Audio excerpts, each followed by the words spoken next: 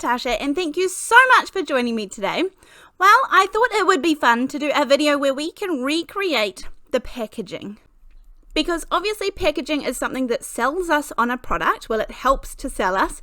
But is it achievable and can we make it happen? Now, don't get me wrong. I'm well aware that, the packaging has to look pristine, but I want to know that I can do something similar surely. So let's give it a go today.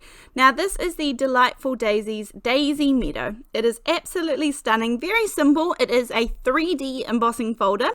Now, as per usual, I don't want to be buying anything new to be able to try and recreate something, so I'm using what I have. So things are not going to be perfect or exactly the same, but going through my inks, I think that this Uncharted Mariner is a relatively similar color. I kind of went through and pulled out all of my blue oxide inks.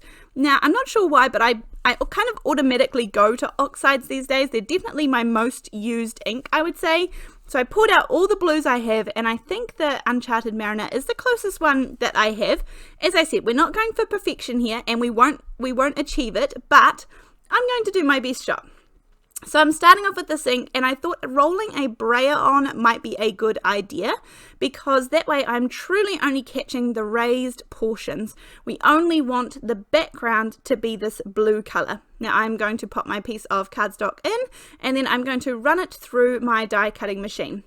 Not bad, a little bit splotchy, not quite as smooth as maybe I would want, but doable, not too bad. Next up, I'm going to use a finger dauber, and I'm going to try kind of pouncing the ink only on the raised portions. As I said, they have completely white daisies, so I am going to try and keep it similar. And so if I get any ink, I'm sort of using my finger to try and get it out a little bit. But other than that, I'm trying to catch all of the raised portions, and that does include in between the daisy petals. So each petal is separated by the blue as well. So tricky to not get it with a domed sponge, tricky to not get it on the inside bit. So run that through, and I get a much lighter but more even spread, I would say. I quite like this look. It's not the same as the picture on the front. So we're going to our next technique, where I'm going to do some swiping of just straight the ink pad, swiping over top. And then this one isn't too bad. I do get a bit more ink on there, so there's a couple of little dots and splotches around.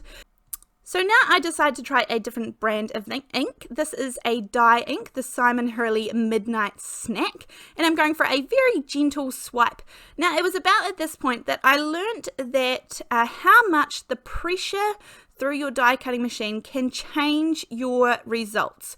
So a couple of times I got kind of squishy bits, squishy blobs coming through, and I realized that it was the pressure of my die cutting machine. So if I changed up the how much there was, how many shims there were, all that kind of thing, I got a much different result, even using the same ink and the same technique, but by just adjusting the pressure. So if you're struggling, I suggest trying that. Now, these are the Lunar paste that I have. I have recently got more. I have a video coming on this, and it's not my fault. So the one on the very right is the Slippery When Wet, and this is my ultra favorite. It's the first one and the only one that I had for a very long time. The two that I have on my desk at the moment, this is the Shooting Star, and the other one that I have is the actual gold color. Now, I definitely used my Slippery When Wet color as a gold. It's a much lighter, softer gold. I have a whole video coming on this, but nonetheless, I decided that I wanted to mix these two together to get something in between, and then I add a little bit of water. I'm just working on my Waffle Flower stencil mat. I'm loving this one at the moment. It holds the paper really well also, and I'm just using a paintbrush to paint this on, as it looks like to me in the packaging that they've used some sort of shiny-ish paint or something. So this is the medium that I've chosen to use. They also have some sort of white highlights. I'm not sure if that's created by the lights that they're using or the shine that they have, or whether they actually popped them on there on purpose. So we're just going to recreate what we can. So I'm just going to pop this around. Honestly, this goes on like a dream. It is beautiful. It is shiny. I ended up going with the Midnight Snack. So I ended up going with the dye ink as the background. Now, it is not perfect. It is not perfection, but I like the finished card, and I think we got a pretty good result. Now, I didn't want to waste the Lunar paste that I already had out on my stencil mat, so I thought I'll make a little swatch onto a thing and I can do some die cutting out of it. Well, then I ended up changing my plan altogether, and so I end up putting more out on my palette so that I can end up covering the whole page in the end. It's a long story, but in general, I end up covering the whole page. And I will do some die cutting out of this. This is what I prefer over storing gold cardstock or anything. I find that I really like this look. I'm not a big fan of mirror cardstock. I find it quite strong and quite hard to work with, and it changes so much in the light. So this is my preference. And it also means I don't have to have another product on hand. I can just create this whenever I want. Now, this is the birthday stamp set, Say It With Stamps, and I have just die cut out both of these. I die cut out the shadow, and I also die cut out the actual word. So I do have the shadow in gold there that I'm going to use for a different project, but just for this one, I'm using the word that was cut out in the gold cardstock that we just created. I'm using some glue to glue it onto the vellum background, making sure I don't forget the little dot there.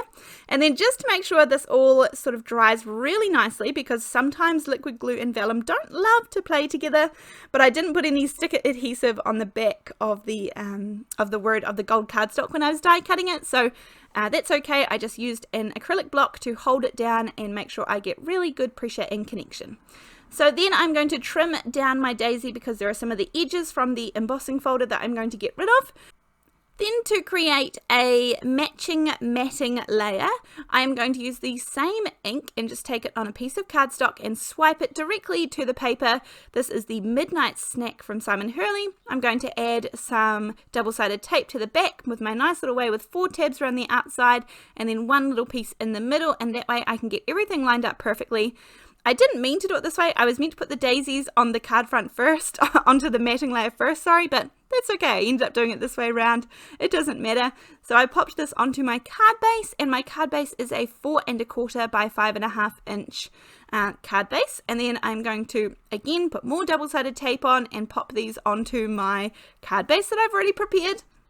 And then when it came to keeping this really simple, because I think this looks pretty good so far. I've actually put this on the other way up than the packaging, but nonetheless it looks good. Now, I could have just put the sentiment on as is, but I can't resist a good bit of burlap twine. I truly cannot.